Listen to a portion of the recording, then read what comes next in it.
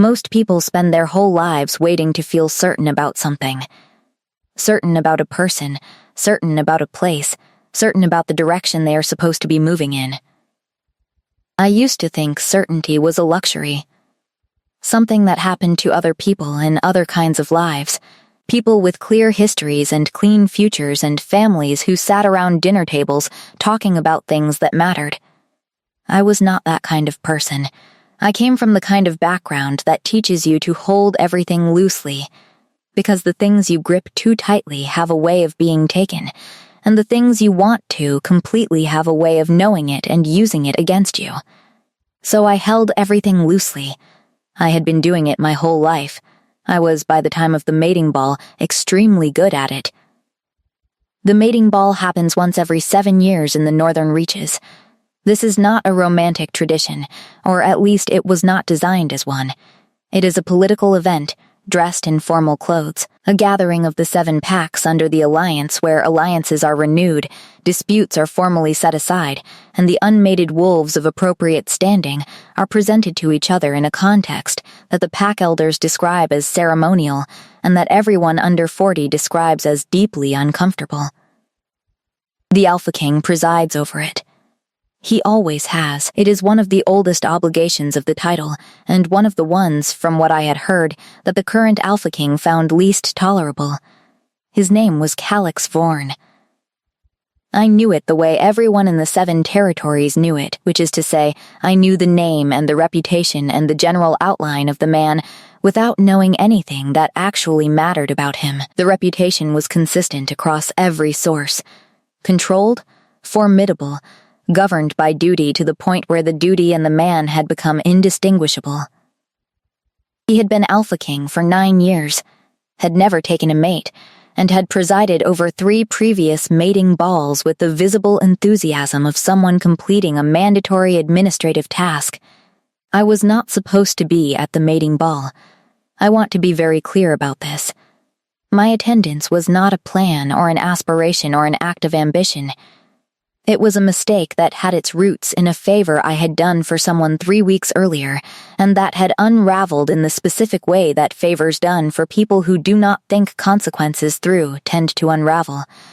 My name was on a list it should not have been on. My dress was borrowed.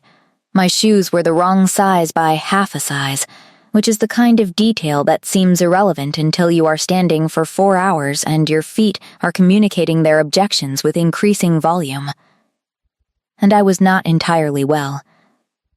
This is the other thing I should be clear about. I had been fighting something for a week, the kind of low-grade, persistent, not-quite illness that does not announce itself dramatically, but simply makes everything slightly harder than it should be. I had told myself it was nothing, the way I told myself most things were nothing, and I had taken the borrowed dress and the wrong size shoes, and I had gone to the mating ball that I was not supposed to attend. The last thing I remember clearly is the grand hall of the Vorn estate, which was the kind of space that makes you understand immediately why power and architecture have always been in conversation with each other. High ceilings, stone walls that had been holding weight for centuries, hundreds of candles and fixtures that cast everything in amber and gold, the assembled packs in formal wear, the low murmur of political conversation, the particular social density of a room full of people who are all performing something slightly different from what they actually feel. I remember the heat. It was very warm in the hall, far warmer than it should have been, and I was aware of it in a way that had crossed from uncomfortable into something else.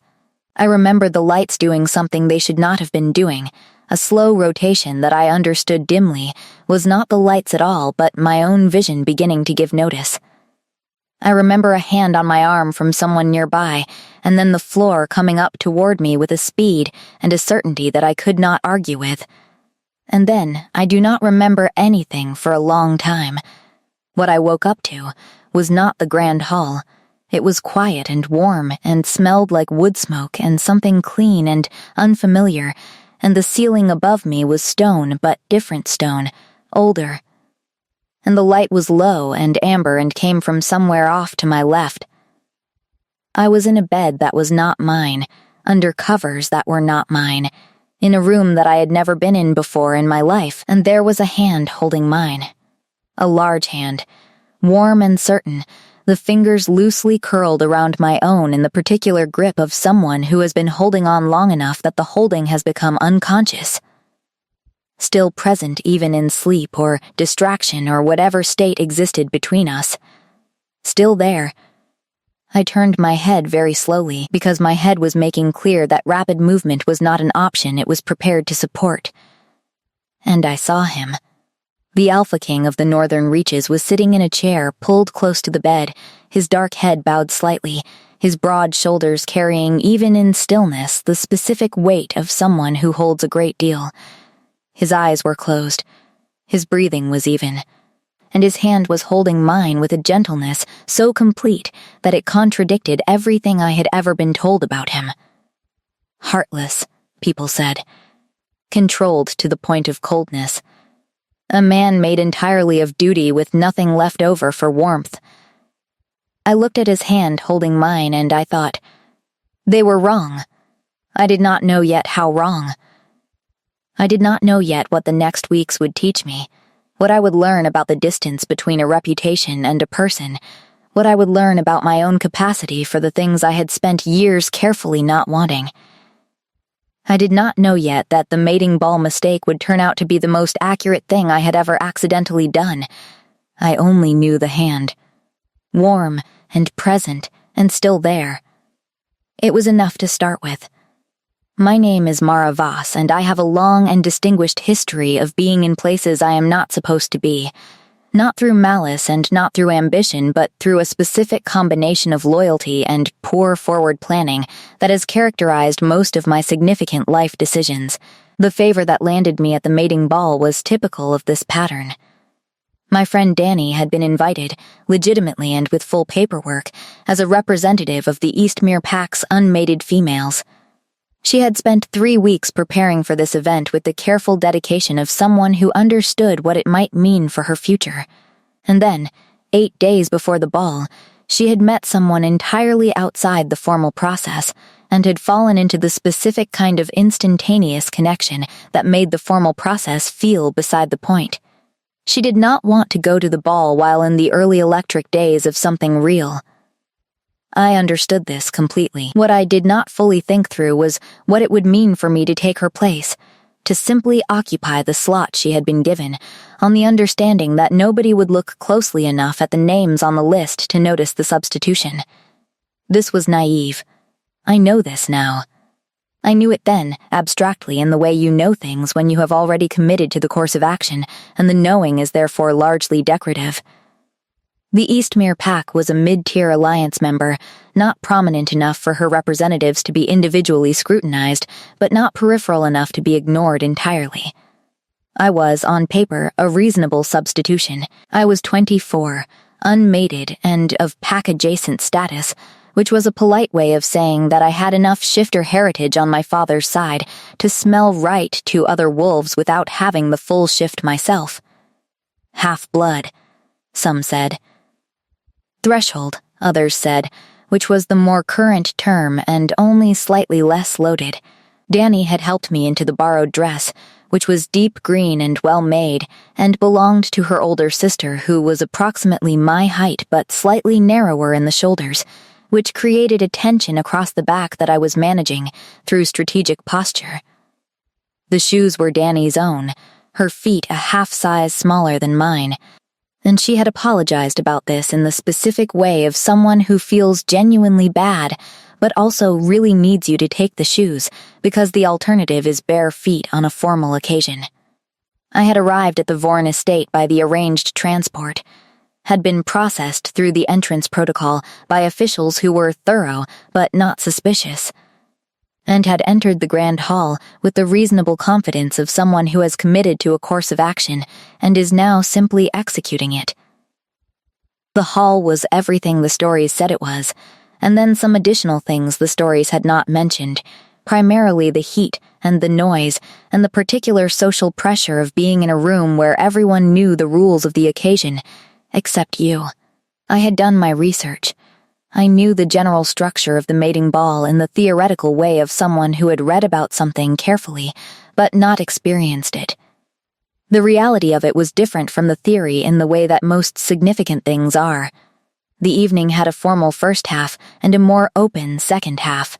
The first half involved the official presentations, the pack representatives formally introduced to the assembly by their pack leadership, the Alpha King presiding from the elevated position at the head of the hall, with the expression I had seen in the official portraits, controlled and formal and giving nothing away.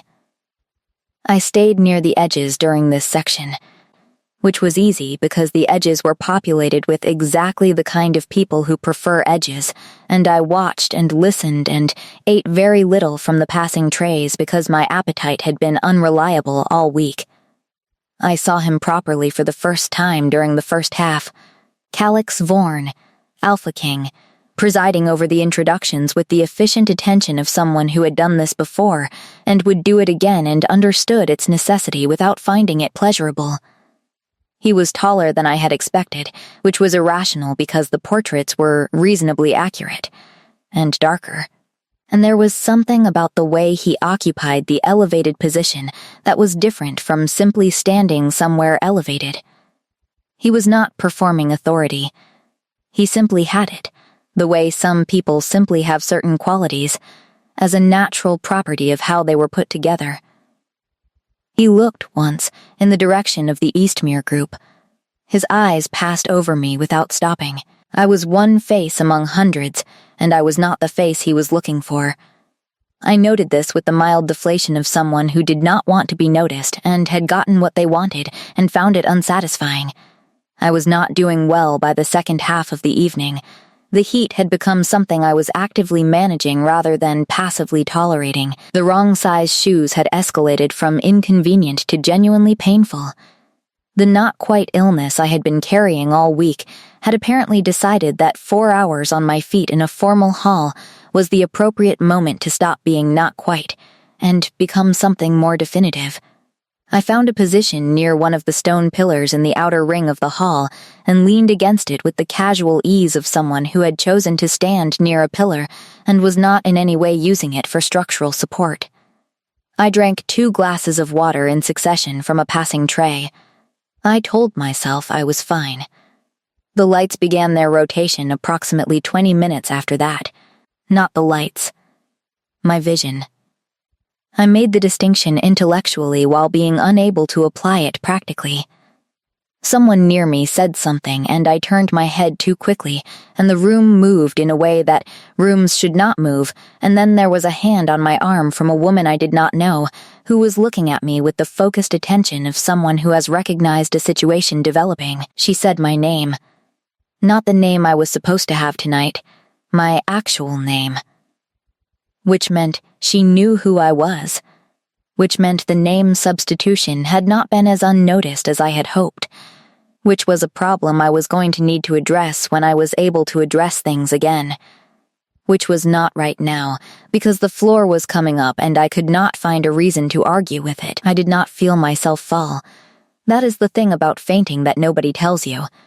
The last moment of awareness and the first moment of returning are separated by a gap that contains nothing. No sensation of falling, no dreamscape. Just a before and an after with an absence in between where the middle should be. The after was the bed, the stone ceiling, the low amber light, the wood smoke smell, the hand. I lay very still and breathed and tried to determine whether I was all right, which required a systems check of the kind you conduct when you have woken up in an unfamiliar place and need to establish the basic parameters of your situation before doing anything else. I was warm. I was not in pain beyond the diffuse ache of having been unwell for a week. I was in a bed that was large and old and well made. I was alone in the room except for the person in the chair. The person in the chair whose hand was holding mine. I turned my head. Slowly, because my head had opinions, and I saw the Alpha King of the Northern Reaches sitting beside me asleep, his hand holding mine, and everything I thought I knew about how this evening was going to go became immediately and completely irrelevant. He woke up approximately 4 minutes after I did. I know this because I spent those 4 minutes in a state of absolute stillness, watching him the way you watch something when you are not sure whether moving will change it, when the thing in front of you is so unexpected that any action feels like it might dissolve it. He was not what his portraits suggested up close. The portraits conveyed the authority and the control and the formal bearing, all of which were accurate. What they did not convey was the quality of his face in unguarded sleep. The tension that he carried visibly when awake had released into something younger and less managed. The line of his jaw was still strong, but the set of it was easier. There were shadows under his eyes that suggested the sleep I was witnessing was not a chosen rest, but the involuntary kind that overtakes a person who has been awake longer than is sustainable. His hand on mine was still completely present. Not a loose touch that might fall away. A real hold. When his eyes opened, they went immediately to me, which told me that even in sleep, some part of him had been aware of my state and oriented toward it. His eyes were dark, nearly black in the amber light, and they focused on my face with an intensity that was not aggressive, but was completely direct, and allowed for nothing peripheral. He said, quietly and without the formal register I had expected from every account I had heard of how he spoke, that I was awake. I said that I appeared to be. He sat forward in the chair, his free hand going to the small table beside the bed to press something, a button or a panel, I could not see which. He did not release my hand to do it. He transferred it briefly to his other hand and then returned it, which was a gesture so automatic it seemed to occur below the level of decision. I noticed this. I noticed it with the specific attention of someone who is cataloging everything because they do not yet understand any of it. A woman appeared at the door within 2 minutes, pack healer, by her manner and the bag she carried. She came to the bedside and assessed me with the efficient thoroughness of someone very good at their work, asking questions that I answered as accurately as I could, which required me to admit that I had been unwell for a week and had not eaten well that day, and that the shoes had been half a size too small. She did not comment on any of this judgmentally. She took my temperature and my pulse and looked at my eyes and said that I had fainted from a combination of fever, dehydration, and sustained physical discomfort, and that I needed fluids and rest and would be well enough to be moved in the morning if I chose to be. She said this last part carefully. If I chose to be. Which suggested that the alternative, not being moved in the morning, was also available to me, which raised questions about where exactly I was and whose decision it had been to bring me here. After she left, a silence settled over the room that was not uncomfortable but was full of things neither of us had yet addressed. He was still holding my hand. I was not sure he had fully registered that he was still doing it. Or perhaps he had registered it and had decided to continue anyway. I could not tell, which was unusual for me. I have always been reasonably good at reading people. It is a skill you develop when you grow up in environments where reading people accurately is a practical necessity. But he was more opaque than most. Not closed, exactly. More like a depth of water that you cannot determine the bottom of from the surface. I said because someone had to, and it seemed to fall to me. That I owed him an explanation. He said he was listening. I said that I was not actually the Eastmere representative whose name was on the list, that I had taken the place of my friend, that I understood this was a violation of the ball's protocols, and that I was prepared to accept whatever formal consequence that carried. He looked at me for a long moment. Then, he said, that he knew. I asked how long he had known.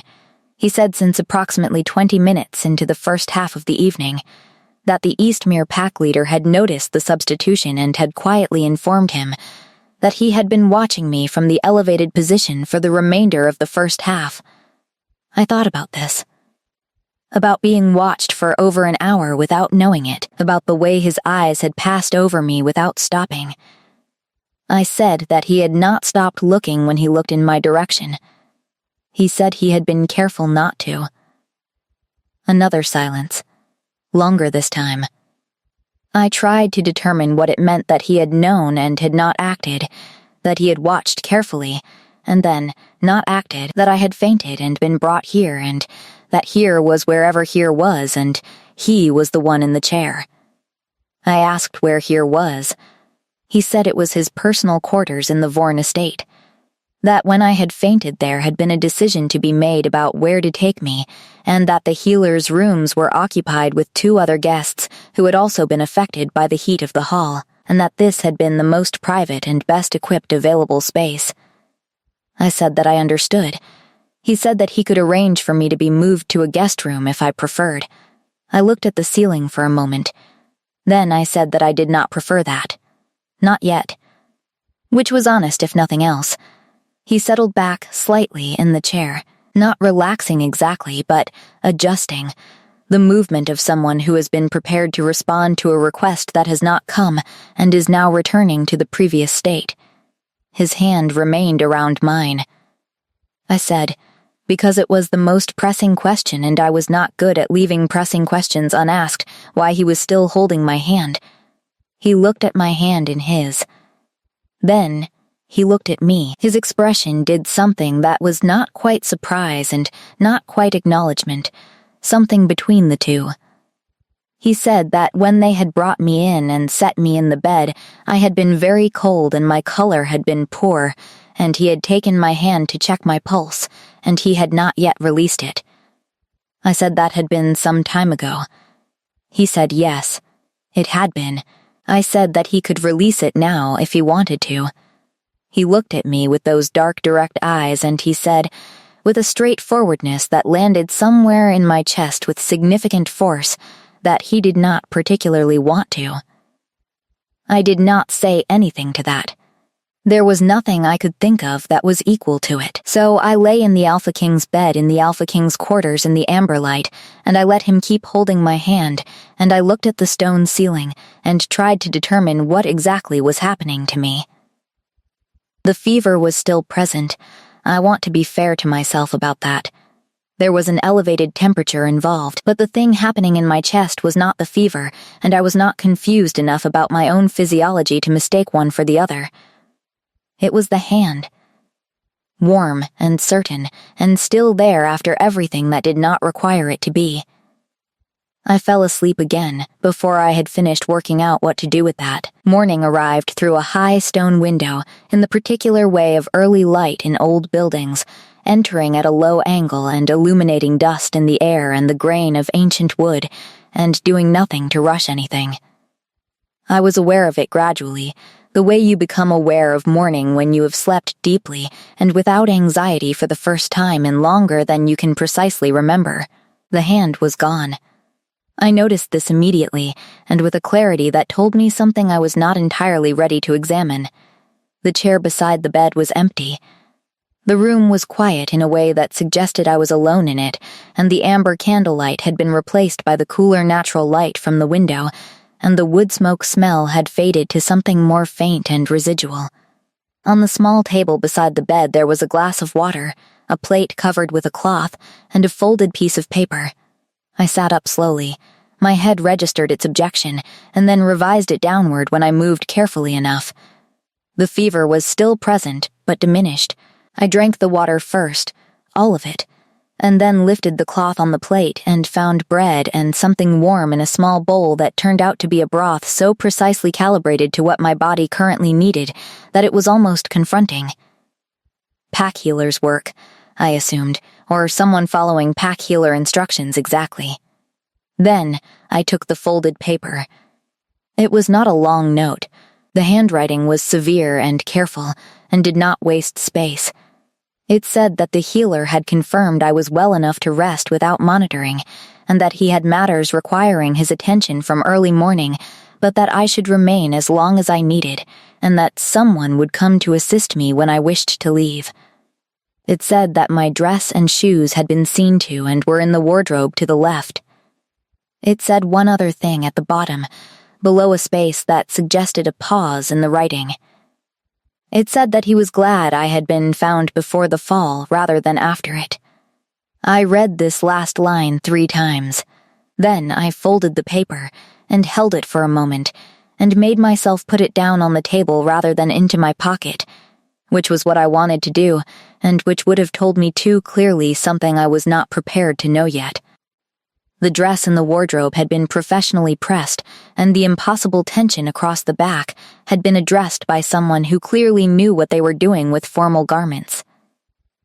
The shoes had been replaced entirely. Not with my wrong-size borrowed shoes, but with a pair that fit perfectly, which required knowing my size, which required either a very good guess or a level of attention to detail that I was not going to think about too directly, because thinking about it directly was going to do something to my composure. I got dressed. I looked at myself in the old mirror on the wardrobe door and found a woman who looked like she had been through something and was in the early stages of having processed it. My color was better than last night. My eyes were clearer. The borrowed dress looked better pressed than it had in its original state, and the shoes that fit correctly were a revelation. A woman knocked and entered when I called, introducing herself as one of the household staff, and offered to take me wherever I needed to go. I said I would like to find the healer briefly to thank her, and then I would need transport back to the Eastmere lodgings. She nodded and said she would arrange it. I asked, before I followed her out, whether the Alpha King was available. She said he was in meetings from early morning and would be until late afternoon, and that she could pass on a message if I wished to leave one. I thought about what I would say in a message. I could not find anything that was proportionate. Thank you seemed insufficient. Everything else seemed like too much. I had woken up in his quarters with his hand holding mine and a note that said he was glad I had been found before the fall, and I was supposed to compress a response to all of that into something a household staff member would carry down a corridor. I said I would not leave a message, that I would find another way to pass on my thanks. She nodded without expression, which was exactly the right response, and led me out into the corridor. The Vorn estate in morning light was different from the grand hall of the previous night. Quieter, the formal occasion having dispersed into its aftermath, and more legible as a place where someone actually lived. The corridors were wide and stone-floored and hung with things that were not decorative in the formal sense, but accumulative. Maps and records and objects that had clearly mattered to successive generations of the family that held this territory. It felt less like a palace, and more like a long argument between a family and the land they were responsible for. An argument still in progress. The healer was efficient and kind, and asked me a series of follow-up questions that I answered honestly. She gave me a small packet of the herb blend that had been in the broth, and told me to drink it as a tea twice daily for the next week, and to eat properly, and sleep as much as I could. She said this last part with the specific emphasis of someone who knows they are telling a person something they habitually do not do. I thanked her. She said I was welcome and added, with a slight shift in her expression that was not quite a smile but carried warmth, that she had attended 3 mating balls in her role with the estate, and that she had not previously been called to the Alpha King's personal quarters to tend a guest. I said I was not sure what to do with that information. She said she was not sure either, but she thought I might want to have it.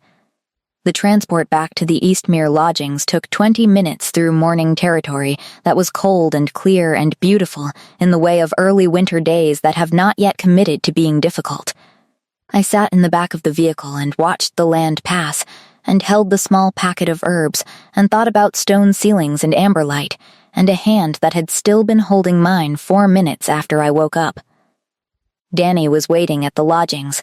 She had been awake most of the night, apparently, because the woman next to her at the ball had noticed me faint, and had told someone who had told someone, and the information had made its way back to Danny through the network in the fragmented and alarming way that information always travels when it involves something going wrong at a formal event. She grabbed me at the door and held on for a long moment, and then held me at arm's length and looked at me with the focused assessment of someone checking for damage. I said I was all right. She said I did not look all right. I said I looked better than I had last night. She conceded this point. Then she asked where I had been taken, and I told her, and she was very quiet for a long time. Then she said, carefully, that she had something to tell me. That the thing she had heard through the network, the part that had come to her last and that she had been sitting with all morning trying to understand, was that the Alpha King had carried me there himself. Not directed someone to carry me, not arranged for staff to transport me. Himself, I sat down on the nearest available chair and looked at my hands and thought about the note on the small table and the shoes that fit and the hand that had still been there when I woke up. I said that I needed to think. Danny said she thought that was probably right. Thinking, as it turned out, was not something I was able to do with the clarity the situation deserved while still in the Eastmere lodgings surrounded by the aftermath of the mating ball and Donnie's enormous well-meaning attention. I needed space and quiet and the kind of extended solitary processing time that does not occur naturally in a shared lodging during a pack gathering. What I got instead was a formal message delivered by a household runner 2 hours after I had returned, folded and sealed with the Vorn estate mark, addressed to me by my actual name rather than the name I had been registered under, which confirmed that the Alpha King's knowledge of who I actually was had been thorough and was continuing to be so. I opened it in the small bedroom I was sharing with Danny, who pretended to be very interested in something outside the window while I read it. It was brief. It said that the Alpha King requested the opportunity to speak with me at my convenience regarding the matter of the previous evening, and that a time could be arranged through the household office at my direction, and that there was no obligation implied by this request, and I was free to decline. This last part was doing something to the air in the room. I read it twice. Then I looked at the window Donnie was studying with such dedication, and I said that I was going to write back and say yes. Donnie turned from the window with an expression that she was controlling with visible effort, and said that she thought that was a reasonable decision. I said I needed her to not make a face about it. She said she was absolutely not making a face. She was making a significant face. I wrote back through the household office with the time I was available, and the meeting was confirmed for the following afternoon. This gave me the rest of the current day and a night to determine what I was going to say, which was a reasonable amount of time if I had been able to use it productively. Instead, I spent most of it cycling through versions of the conversation that ranged from professionally gracious to embarrassingly honest, and finding none of them fully satisfying. The issue was this. The formal violation of attending the ball under a false identity was real and was something that deserved a direct acknowledgement. That part was clear. What was not clear was everything else: the shoes that fit, the note, the hand that had stayed, the fact that he had apparently carried me there himself, and what any of it meant from the perspective of a man who was described by everyone as operating purely within the parameters of duty and obligation. Either it meant something, or it meant that I was interpreting ordinary care as something more particular because I was running a fever and had woken up in an unfamiliar room and my judgment was compromised. I tried to be honest with myself about which of these was more likely. I was not entirely successful. The following afternoon, the household runner came to collect me at the arranged time, and I was taken through the Vorn estate via a different route than the morning before, through quieter corridors that felt more like the working parts of the building, the parts where things were actually managed and decided, rather than the formal face presented to guests. This felt, I thought, deliberate. A meeting in the formal rooms would have been different in character from a meeting in the working part of the house. The working part said something about the nature of the conversation being proposed. He was in a room that was clearly an office in the genuine sense, not a reception room dressed to suggest productivity. There were papers and maps and the specific organized density of a space used for actual decision-making. He was standing when I arrived, which I noted because the dominant assumption would have been for him to be seated behind the desk, the conventional arrangement of authority for such a meeting. Standing meant he had been waiting, or that he did not want the desk between us. Or both. He said good afternoon. I said good afternoon. We were apparently going to begin formally, which was reasonable. He said he was glad to see me looking well. I said I was feeling considerably better and that I owed him thanks for the arrangements made on my behalf. He said the arrangements were the minimum of what was appropriate given the circumstances. I said the shoes were more than the minimum.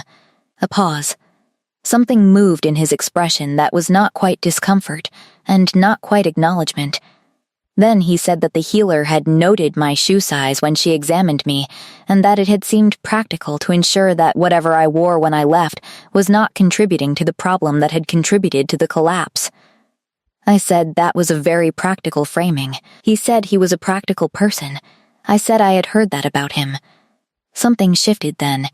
Fractionally, the way things shift when two people have been speaking in a register that is one step removed from what they are actually saying, and one of them decides to step forward. He said he had also heard things about him, that a significant proportion of them were accurate, and a significant proportion were the accumulated result of people interpreting restraint as absence. That he did not generally feel the need to correct this distinction, because what people believed about his character was largely not his concern. He said this last part simply, not defensively, as a statement of fact. I said that I thought there was a difference between restraint and absence, that he was right that people often misread one as the other. He looked at me with those dark, direct eyes and said, carefully, that he was glad I thought so. Then he said that he wanted to address the matter of my attendance at the ball, that the protocols existed for specific reasons, and that circumventing them was not something he could formally overlook, that there would need to be a record made of the substitution and a formal acknowledgement from the Eastmere Pack leadership. I said I understood, and that I accepted that completely. He said that the formal consequence would be limited to the record and the acknowledgement, and that no further action was being pursued. I said I was grateful for that. He said that his decision not to pursue further action was not unrelated to his observation of me during the first half of the evening before I had collapsed, that he had watched someone who did not belong in the room handle not belonging with more grace and less performance than most of the people who did belong in the room, that this had struck him as worth noting. I was quiet for a moment. Then I said that I had not known I was being watched. He said he was aware of that the not knowing was part of what he had been observing. We stood in the working office in the afternoon light of an early winter day, with all of that in the room between us, and I thought about a note that said he was glad I had been found before the fall, and a hand that had stayed, and shoes that fit exactly right. I said, because I had decided in the night that I was going to be someone who said things directly regardless of how exposed it made me feel, that I had thought about what it meant. All of it. The arrangements. The note. The hand. He did not look away. I said I had not been able to determine whether it meant something particular, or whether I was interpreting ordinary care as more specific than it was because I had been unwell and my judgment was compromised. He said, after a moment that was not quite long enough to be uncomfortable, but was long enough to be weighted, that his judgment had not been compromised, and that it had meant something particular. There is a specific quality to the moments just after something has been said that cannot be unsaid. Not the dramatic moment of the saying itself, which carries its own weight and its own time signature, but the moment immediately after, when the words have settled into the air and both people are still standing in the room where they were said, and the world has not yet reconfigured around the new information. We stood in that moment for several seconds, long enough that I became aware of small details I had not noticed before, the way the afternoon light was entering the room from the west-facing window and laying itself across the desk and the floor. The sound of something distant in the estate, footsteps in a corridor or a door being closed. Ordinary life continuing outside this room that had just become different from the rooms around it. He looked at me with those dark eyes that did not look away when they were looking at something. I had noticed this about him already, the quality of his attention, but in this context it had a different weight. I said, because the alternative was silence, and silence had its limits that I did not know what to do with that. He said he did not expect me to know immediately. I said that I was also not who he thought I was, in the practical sense, that I was not a representative of the Eastmere Pack or any pack, That my heritage was threshold, half-blood, a category that carried specific social weight in the alliance, and that he had to know it, and that knowing it had to matter. He said he was aware of my heritage, that he had had a thorough briefing from the pack leader who had informed him of the substitution, and that the briefing had included the relevant background. I said then he knew that I was not what the mating ball was designed to accommodate. He said the mating ball was designed to be many things for many different political purposes, and that what it was designed to accommodate and what he personally found significant were not always the same list. I looked at him for a moment. I said that he was being careful about how he was saying this. He said yes. I said I would rather he be direct. Something shifted in his expression, a small recalibration, the movement of a person who has been operating in a mode and has been given permission to change it. He said that he had spent 9 years in this role making every decision in relation to the alliance and its needs and the obligations of the title. That this was not a complaint. That he had chosen this role with full understanding of what it required, and he had no interest in performing dissatisfaction with it. But that the cumulative experience of 9 years of decisions made within the parameters of obligation had given him a particular kind of clarity about what existed outside those parameters, about what he noticed, when he was not looking for things to notice, about what had stayed with him from the previous evening, despite the considerable amount that had required his attention before and after it. He said that what had stayed with him was me, not the situation. Not the violation of protocols or the practical arrangements or the healer's report. Me, specifically, the way I had stood near the pillar in the outer ring of the hall in the borrowed dress and not performed anything. The way I had answered the healer's questions honestly and without deflection. The way I had, this afternoon, said directly that I did not know what to do with what he had told me, rather than covering the not knowing with something more socially comfortable. He said he found directness rare. That it was rarer than most people realized in his specific context, where nearly every interaction he had was shaped by what the other person wanted from him, or wanted him to think of them. I said that I understood that kind of context, that I had grown up in circumstances where reading the room correctly was a survival skill, and where performing the version of yourself that the room required was simply what you did. He asked what circumstances. I told him. Not all of it, because all of it would have required more time and more established trust than a second-day conversation allowed. But the outline, the threshold heritage that meant belonging in neither world completely. The father who had been pack and had not stayed. The mother who had been human and had managed everything after with a practicality that left very little room for the softer navigation of things. The growing up in border-adjacent communities where you were always in some sense translating yourself for the audience present.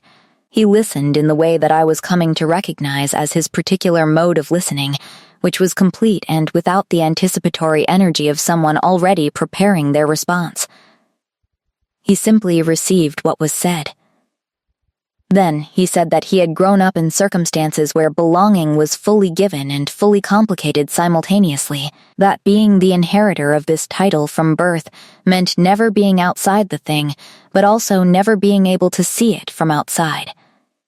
That every person in his life, from his earliest memory, had related to him in relation to what he was, rather than who. That this had produced its own kind of translation problem. I said that seemed lonely. He said it had been. We had moved at some point during this conversation from the standing positions we had both occupied when it began. I was sitting in the chair in front of the desk. He was sitting on the edge of the desk itself, which felt like a significant departure from the formal arrangement of the room. Not trying to be casual, because he was not a person who tried to be casual, but genuinely less defended than the standing position had been. I said that I was going to be leaving the estate the following morning with the Eastmere group, that my presence here had an end point that was already established, and that I thought he should know I was aware of that. He said he was aware of it too. I said I did not know what the conversation we were having was in relation to that end point. He said that was a fair thing not to know. That he did not fully know either. That what he knew was that the conversation felt worth having, regardless of what it was in relation to. I thought about this, about a man who had spent 9 years making decisions within the parameters of obligation, now choosing to sit on the edge of a desk and say that a conversation felt worth having regardless. About what it cost someone like him to say something without knowing what it was in relation to. I said that I thought it was worth having too. He looked at me with those dark eyes in the afternoon light and said that he was glad. Outside the window, the early winter light was going gold and thin. Inside the room, something was developing that I did not yet have the language for, but that felt, in its bones, like a beginning. I left the following morning as planned. The Eastmere group departed early, before the light had properly established itself, and I sat in the transport and watched the Vaughan estate recede through the rear window for longer than was entirely dignified, and then faced forward and told myself to think practically. Practical thoughts were difficult to locate. The practical facts were these: I was returning to my actual life, which was in the Millhaven adjacent border district, where I worked a position with the Territorial Land Registry that was useful and reasonably well paid, and entirely mine. I had no formal connection to the Eastmere pack or any pack. I had attended a gathering I was not supposed to attend, had collapsed in the Grand Hall, had woken up in the Alpha King's quarters, and had had 2 conversations with the Alpha King that were unlike anything I had expected either of them to be. And I had his note in my pocket. I had taken it from the bedside table after all. Danny sat beside me in the transport and did not ask questions, which was the greatest gift she could have given me. She had already given me her assessment the previous evening when I had returned from the meeting, and told her the outline of what had been said. She had been quiet for a full 30 seconds, which for Danny was geological, and then she had said that she thought this was either the most significant thing that had ever happened to me, or the most complicated thing, and that those were not mutually exclusive categories. I had said I was aware. She had said that she was going to need regular updates. I had said that there might not be anything to update. She had given me a look that communicated her opinion of that possibility without requiring words. The border district was a 7-hour journey from the Vaughan estate. I spent most of it in the particular mental state that follows significant events, not quite processing and not quite at rest. A sort of extended hovering above the material that the brain performs when it has more to work with than it can immediately integrate. I looked at the territories passing outside the window, the winter landscape of the northern reaches that was cold and beautiful and older than any of the politics that played out across it, and I thought in fragments about dark direct eyes and a desk edge, and what it meant that a man who operated entirely within obligation had said that something felt worth having regardless. I got home in the early afternoon. My apartment was exactly as I had left it 3 days ago, which was as it should be, and which felt slightly strange in the way that all familiar spaces feel slightly strange after you have been somewhere significant. Everything the same size as before, but your own interior dimensions slightly altered. I made tea. I sat at my kitchen table with the note from the bedside and read it one more time, and then put it in the drawer where I kept things I was not ready to decide about. 3 days passed in which nothing happened, and in which an enormous amount happened internally. I went to work. I did my job, which involved records and land assessments and the specific procedural satisfaction of information correctly filed and correctly accessed. I talked to Danny twice on the phone, short conversations that mostly involved her asking questions I did not yet have answers to, and me providing her with the outline of my current state of not knowing. On the 4th day, a message came through the formal channels of the land registry, which was unusual enough that the office manager brought it to me directly with an expression of professional neutrality that I could tell was costing her something. It was addressed to me by name and had the Vaughan estate mark on the seal, and I took it to my desk and opened it with hands that were steadier than I would have expected. It said that he had found himself thinking about the conversation we had had regarding translation. about the specific kind of translation required when you belong to something without being able to see it from outside. He said he had not found anyone to discuss it with who had approached it from a genuinely different angle, and that our conversation had been the closest he had come to that in some time. He said he would like to continue it if I was willing. He said there was no obligation implied and no expectation of anything beyond correspondence if that was what I preferred. He said, at the bottom, below the space, that he had found the shoe size in the healer's notes and had not been certain until he was writing this whether to mention it because it might seem like an excessive detail to have retained. He had decided to mention it because he had said he preferred directness, and this seemed like a test of that preference. I read this 3 times. Then I wrote back the same day. I said I was willing to continue the conversation. I said I appreciated the directness about the shoe size. I said that I had taken the note from the bedside table before I left, which was also a test of the directness preference, and that I thought he should know. The response came the following afternoon. It was short. It said, "Good." After that, we wrote to each other every few days. Not formally, or not only formally. The correspondence began with the territory of the previous conversations, the questions about belonging in translation, and the particular pressures of operating in contexts that required constant self-management, but it expanded, the way genuine correspondence expands when both people are actually present in it, rather than performing correspondence at each other. He told me things about the work of governing that were not the official version. I told him things about growing up threshold that I had not said in full to anyone, because the full version required a listener who was not going to resolve it into a simpler story than it was, and he did not do that. He was, in writing, the same as he was in person. Direct and precise, and capable of saying things that required courage without apparent effort, though I was beginning to understand that the apparent absence of effort was its own kind of effort. He had simply practiced stillness so thoroughly that its cost was no longer visible from the outside. I asked him once, in the 5th or 6th letter, whether he ever said things that were not precise, whether there was a version of him that spoke without having already assessed what he was about to say. He wrote back that there had been. Once, when he had told me that his judgment had not been compromised, and that it had meant something particular. He said he had not assessed that before he said it. He said it had simply been true and had come out accordingly. I sat with that letter for a long time. He came to the border district 6 weeks after the mating ball. He did not announce this in advance. I received a message on a Thursday morning that said he would be in the district on Friday for a meeting with the land registry regarding a long-standing territorial boundary assessment, and that if I was available, he would like to see me. He said this second part separately from the first, clearly distinguished, so that the official business and the personal request were not confused with each other. I wrote back that I was available. I spent Thursday in the specific state of a person who has a Friday to get through first.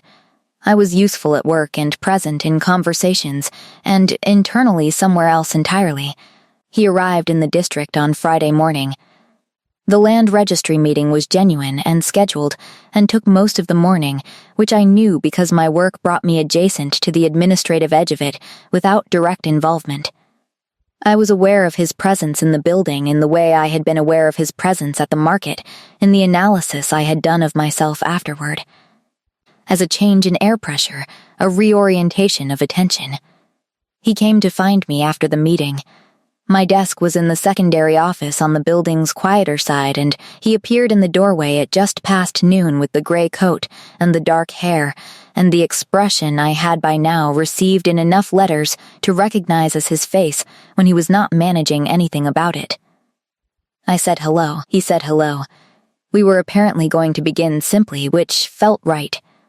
He said that the meeting had been productive and that the boundary assessment would be resolved by the new year, and then he said could we walk, and I got my coat and we went outside into the cold clear Friday afternoon. We walked through the border district in the winter light, and I showed him the parts of it I knew well. Which was most of it, having lived here for 3 years. He walked beside me with the unhurried quality that was native to him, and asked about things that we passed with the interest of someone who actually wanted to know, and not someone performing interest. I told him about the district's particular character, its position on the boundary between human dominant and pack territory, and how that produced a specific kind of community. Self-reliant and quietly complicated and more interesting than it appeared from outside. He said it sounded like me. I looked at him. He was looking at the street ahead with an expression that had something in it that might, on another face, have been called sheepish. On his face it was more like the expression of someone who has said a true thing and is now sitting with having said it. I said that it was a bit like me. Yes, we found a place to have lunch. A small restaurant on the quieter end of the main street, run by a family I knew slightly, and that served the kind of food that tastes like someone made it specifically for the temperature outside. We sat across from each other at a corner table and ate and talked in the way we had been talking in letters, but with the added dimension of being physically in the same room, which changed things in a way I had been anticipating, and which was still more than I had anticipated. He was different in person from how I had remembered him from the estate. Or, not different, but more. More present. More warm. More legible. The letters had given me a version of him that was honest, but was still mediated through text. And the person across the table from me in the corner restaurant was the direct version of the same things, without the mediation. I told him this. I said that he was more than I had been carrying around since the estate. He looked at me with those dark eyes and said that he was glad, that he had been concerned the letters would have built a version of him that the in-person one would disappoint. I said he was not disappointing. He said that was good. Then he said that he had been thinking, during the drive to the district, about what he wanted from the next period of time, not in the abstract and not in the political sense. Personally, that he wanted to continue knowing me, that the specific thing that the correspondence had been doing to his capacity for the ordinary daily work of being who he was, which was a strange thing to try to describe, was that it was restoring something he had not known had been depleted. A quality of being genuinely interested in the world, rather than simply responsible for it.